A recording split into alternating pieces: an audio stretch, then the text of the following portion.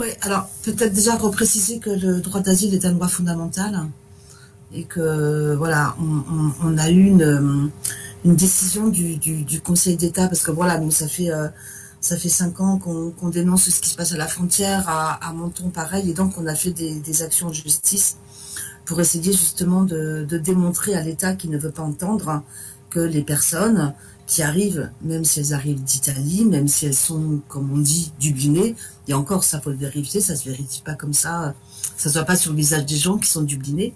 On a une décision donc du Conseil d'État du 8 juillet 2020 qui, effectivement, le Conseil d'État, c'est comme la plus haute juridiction française, et qui note qu'effectivement, la personne qui arrive d'Italie à la frontière française doit pouvoir demander l'admission sur le territoire au titre de l'asile. Même si elle vient d'Italie, même si on suppose qu'elle est dublinée, et qu'en contrevenant en fait à cette demande, l'État français bafoue le droit fondamental de demander l'asile à la frontière. Qu'est-ce qui devrait se passer à la frontière quand les gens arrivent? Les gens arrivent à la frontière, ils disent voilà, on vient là pour demander l'asile, et donc les agents de la police de l'air et des frontières, comme ça en même temps je réponds à une question où on demandait qui refoulait les personnes. Donc ce sont les agents de la police de l'air et des frontières qui sont donc dans les locaux de la PAF de Montgenèvre, devraient enclencher donc cette procédure de demande d'admission sur le territoire au titre de l'asile. Cette demande d'admission sur le territoire au titre de l'asile se fait tout d'abord par un entretien avec un agent de l'OFPRA, donc bien sûr un entretien téléphonique, puisque on est à Montgenèvre, on n'est pas à Paris. Et ensuite, l'OFPRA va donner son avis au ministère de l'Intérieur sur la demande d'admission de la personne en question. Si c'est accepté, donc la personne peut rentrer en France et reçoit un laissez-passer pour se rendre... bon, nous, c'est à Marseille pour les demandes d'asile au PADA. Si c'est refusé, la personne a le droit de faire un recours. Et ce recours est suspensif. Ça veut dire que la personne peut faire valoir ses droits à demander l'asile sur le territoire, et il y en a des droits. Même si la personne est, comme on dit, dublinée, il y a des situations dans lesquelles on peut demander l'asile sur le territoire, et de manière encore plus exhaustive, les agents donc de la police des frontières ne devraient pas pouvoir refouler comme ça systématiquement les personnes en Italie sans avoir eu avec elles un entretien un petit peu approfondi de leur situation. C'est ce qui s'est passé, donc le tribunal de Marseille a cassé une OQTF, donc voilà, souvent à la frontière ils délivrent ce qu'on appelle des obligations de quitter le territoire sans délai. Donc sans délai, ça veut dire que les personnes doivent repartir immédiatement en Italie, et elles ont 48 heures pour faire appel. Et donc voilà, le tribunal a estimé qu'en fait, on ne devrait pas ni refouler, ni délivrer d'obligation de quitter le territoire à des personnes sans avoir eu un entretien approfondi sur leur situation. Or, il faut savoir que les refoulements à la frontière, les personnes se voient délivrer un refus d'entrée. Un refus d'entrée, ça fait 3 pages à peu près. Donc souvent, sur le refus d'entrée, il y a marqué l'heure de début de l'entretien et l'heure de fin de l'entretien. Donc souvent, l'heure de début, c'est par exemple 20h05, et l'heure de fin, c'est 20h10. On a affaire à des personnes qu'on a pourchassées dans la montagne, qui souvent ne parlent pas très bien français ou ne le comprennent pas très bien. Voilà, on met 5 minutes pour leur expliquer que voilà, de toute façon, les cases sont précochées. De toute façon, on ne cherche même pas à expliquer aux gens ce qui se passe. Et voilà, vas-y, et tu repars en Italie. Ils repartent pas en Italie comme ça. C'est la police italienne qui vient les chercher et qui les ramène donc jusqu'à Oux, qui est une ville qui est à peu près à 20 km de la frontière, où il y a un refuge effectivement qui peut les accueillir pour la nuit. C'est quelque chose d'assez incroyable parce que on a rencontré la préfète dernièrement. Donc nous étions avec l'ANAFE, je ne sais pas si vous connaissez l'ANAFE, mais donc l'Association nationale d'assistance aux frontières extérieures. Et avec la CAFIM c'est un projet qui regroupe plusieurs associations Amnesty, MSF, Médecins du Monde, Secours catholique, et voilà, j'en oublie peut-être, mais voilà, c'est un peu tard. Et du coup, on s'est rendu compte qu'en fait, la préfète, par rapport à ce problème, qui est quand même un verrou fondamental à la frontière, ce problème du droit d'asile, elle savait pas quoi nous dire. Sauf nous dire que nous, on interprétait les textes et qu'elle interprétait les textes autrement. Bon, je sais pas, quand on voit les articles du CESEDA, les interpréter de différentes manières, c'est un petit peu compliqué. Mais c'est un verrou parce qu'en fait, nous, ce qui se passe à Montgenèvre, c'est que si effectivement le droit était respecté à la frontière, les gens, ils arrivent en bus. Ils arrivent en bus. Ils n'ont pas besoin de prendre des risques dans la montagne. Donc vous imaginez la différence, c'est énorme. Voilà. Et bien pourquoi sont poursuivis les solidaires chez nous? Pour cette raison. Parce qu'en fait, je ne sais pas si vous le savez, mais il existe un décret de loi de 1939 qui a été proposé par un certain monsieur Daladier, voilà, qui en fait réprime l'aide qu'on peut apporter aux personnes qui veulent rentrer sur le territoire, ou même le séjour sur le territoire, la circulation des étrangers en fait. Et ce décret de loi, il était fait pour en fait à cette époque, et alors, je trouve plus mes mots, excusez-moi, pour lutter en fait contre ces solidaires qui déjà à l'époque venaient en aide aux juifs. Et aujourd'hui, ce délit de solidarité est toujours dans les mêmes termes. C'est la même chose, ça n'a pas évolué depuis. Donc voilà, si vous aidez quelqu'un, c'est ce qu'on a appelé le délit de solidarité. Hein, si vous aidez quelqu'un qui est même sur le territoire français, ou en tout cas, si vous l'aidez à rentrer sur le territoire français, vous pouvez être susceptible de passer au tribunal, et vous êtes passible de 5 ans de prison et 75 000 € d'amende. Suite à la question prioritaire de constitutionnalité qu'avait posé Cédric Herrou, le Conseil constitutionnel a estimé que bon, tout ce qui était aide à la circulation sur le territoire français et aide au séjour, bon voilà, pouvait ne pas être condamnable. Par contre, l'aide à l'entrée, ça reste condamnable. Mais or, ce qu'il faut savoir, c'est que nous, on n'est jamais entrés. C'est pas du tout ça qu'on fait. Les gens sont déjà sur le territoire français quand on les aide. Mais il faut bien trouver des moyens de poursuivre les solidaires. Et cette poursuite, en fait, et ce harcèlement des solidaires, il rentre aussi dans cette volonté d'invisibilisation. Parce qu'il faut faire peur aux solidaires, parce qu'il faut qu'il n'y ait plus personne dans la montagne. Il ne faut pas qu'on voie ce qui se passe. Il ne faut pas qu'on voie les chasses à l'homme. Il ne faut pas qu'on voie les refoulements des familles. Il ne faut pas qu'on voie les gens blessés qu'on traîne dans la neige pour les amener au poste de la PAF sans appeler les secours. Voilà, c'est ça qu'il ne faut pas qu'on voie. Donc ça participe aussi à l'abusation de ce qui se passe. Je m'arrête parce que sinon les autres, ils n'auront plus le temps de parler. Je suis désolée.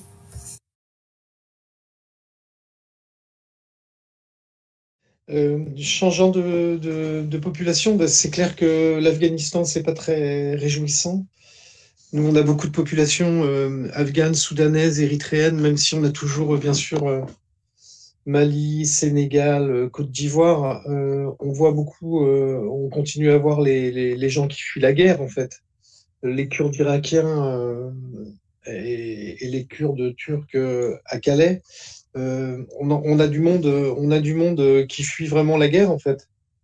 Sur le terrain, bien sûr, on a tous ces entre guillemets migrants économiques et climatiques qui sont aussi en masse parce qu'on peut imaginer qu'aujourd'hui, il y a beaucoup de gens qui migrent pour gagner de l'argent, mais tout simplement parce que le dérèglement climatique a fait que c'est déjà là en fait.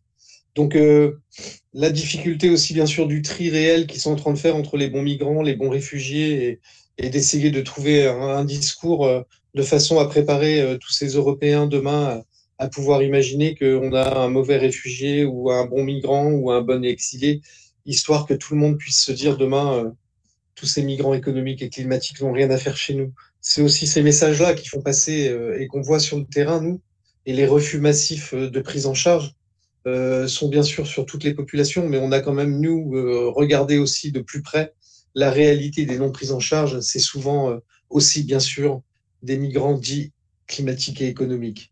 Il y a cette réalité de comment dire, de pouvoir se sentir impuissant aussi devant cette machine monstrueuse, en fait, d'un État qui est fort et qui va essayer de casser les gens, en fait.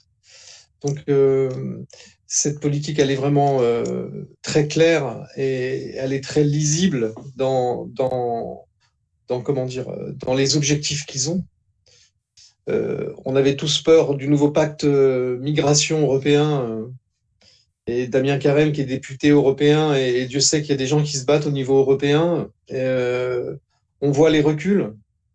Donc on craint le pire dans les années à venir, en fait. Et c'est déjà très dur. Donc la mise à mal des aidants va continuer, malheureusement. Et nous avons à faire en sorte que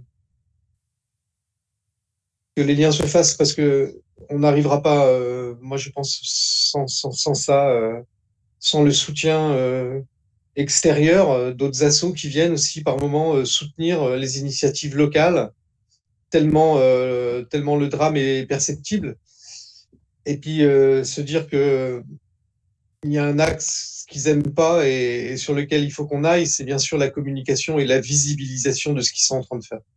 Et ça, je crois qu'on l'a tous pigé, en fait. C'est que, bah oui, 1200 démantèlements à Calais, il se passe rien, en fait. Personne dit rien, tout le monde s'en fout. Une action symbolique, place de la République, et tout le monde s'émeut. C'est incroyable. Donc oui, la com est une arme à nous de montrer ces images citoyennes et bien sûr de montrer la réalité de ces chiffres et de combattre ce nouveau virus qui arrive dans le monde entier, la peste brune. Elle est là, hein, mais c'est clair. La montée du nationalisme fait faire à nos politiques n'importe quoi.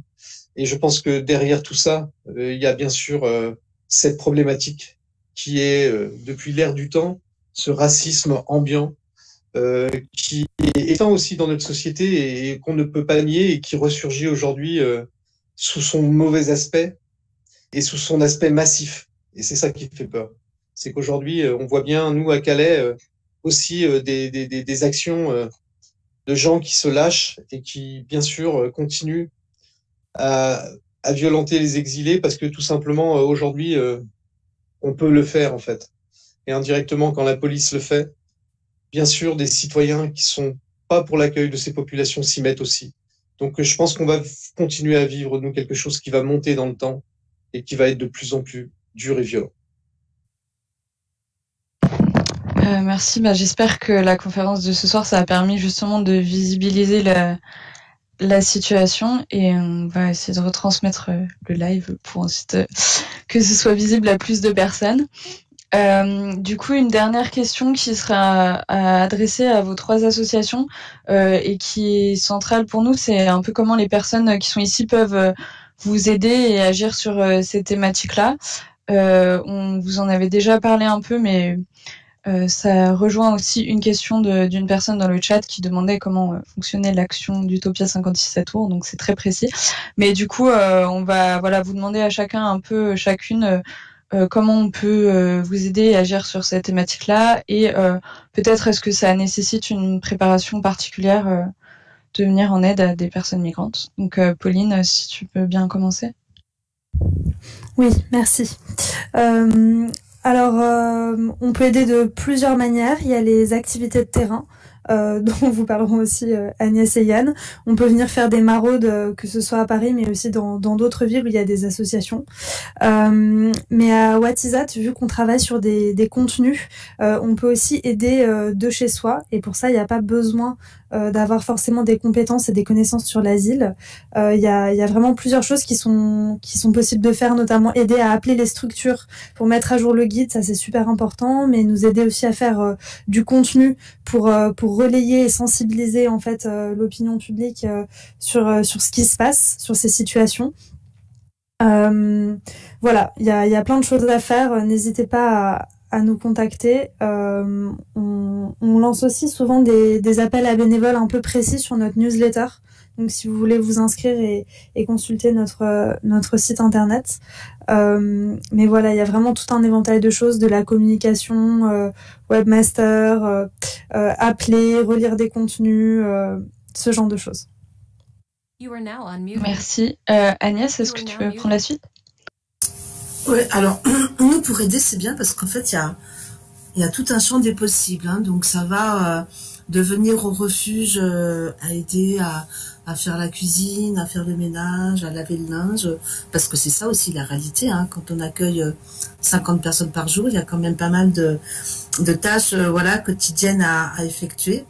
Ça va jusqu'à donc le premier accueil au refuge, l'information donc des personnes qui veulent partir à Paris. Là c'est bien, on leur donne le guide WhatsApp, mais voilà, c'est pas tout le temps le cas.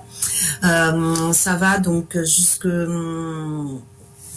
donc bien sûr hein, les personnes qui font les maraudes, ça c'est quelque chose d'un petit peu spécifique parce qu'il faut être quand même un petit peu entraîné, surtout au froid. Cette année on avait quand même pas mal froid, je crois que ça c'est voilà. Et puis après donc on a quand même un gros volet assez important d'action juridique et d'action de sensibilisation, de plaidoyer.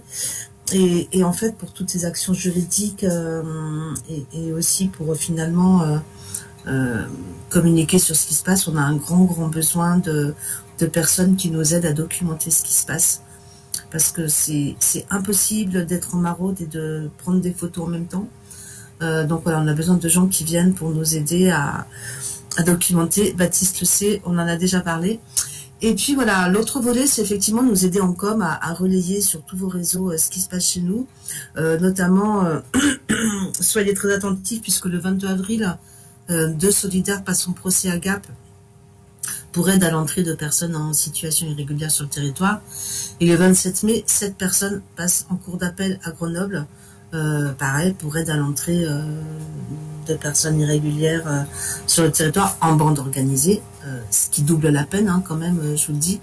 Donc voilà, restez très attentifs sur les réseaux sociaux. Et si là, vous pouvez nous aider d'une manière ou d'une autre, il n'y a pas de souci, vous allez sur le site de Tous Migrants, vous aurez une page contact et vous nous envoyez vos propositions pour nous aider à préparer au mieux ces procès.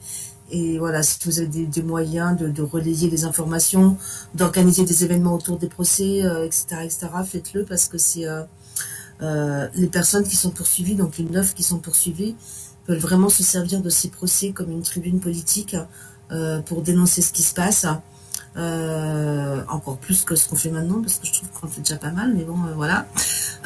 Et c'est vrai que ce sera surtout le procès du mois de mai à Grenoble sera très très médiatisé puisque le précédent procès avait duré 17 heures. Je ne sais pas si vous imaginez ce que c'est, et qu'il avait été effectivement suivi par tous les journaux nationaux, tous les grands médias. Voilà, donc je m'arrête là parce que sinon Yann il n'aura plus de place pour parler. Voilà, mais allez sur le site de Tous Migrants, vous trouverez toutes les infos. Ok, merci Agnès.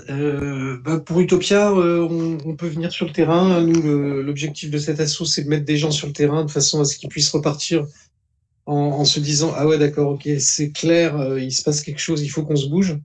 Et je vais bouger aussi autour de moi. » On peut venir sur du moyen terme, sur du court terme ou sur du très long terme. On peut vous accueillir, vous héberger avec une toute petite participation, ce qui vous permet de pouvoir venir aussi à Calais et Grande-Synthe. On a des thématiques aussi sur les maisons des mineurs. On a ouvert en collaboration, en partie en collaboration avec MSF et d'autres mécènes, l'ouverture de la maison des mineurs en recours. On en a 5 et on espère en ouvrir d'autres, tout simplement pour mettre des mineurs à l'abri le temps du recours. Et ça peut durer 24 mois. Donc il y a une grosse thématique et il y a bien sûr nos 2500 maraudes sur tout le territoire et sur toutes nos antennes qui nous permet de faire des maraudes d'information, d'orientation, avec le guide What is that qui nous sert vachement et super boulot parce que franchement ça c'était vraiment quelque chose qui manquait sur le terrain. Et Dieu sait que quand on est arrivé en 2015, il n'y avait pas ce genre il y avait ces idées-là qui traînaient et vous avez fait un super taf parce que ça permet quand même de pouvoir orienter 10 fois plus facilement. Et ce travail en lien avec d'autres assos, c'est que nous aussi, quand on n'a plus besoin de bénévoles, on réoriente vers d'autres assos. Et quoi qu'il arrive, ce qu'il faut faire, c'est venir en fait et constater par vous-même et vous faire votre idée. Et derrière, nous, on sera là pour vous accueillir au mieux pour ce bénévolat.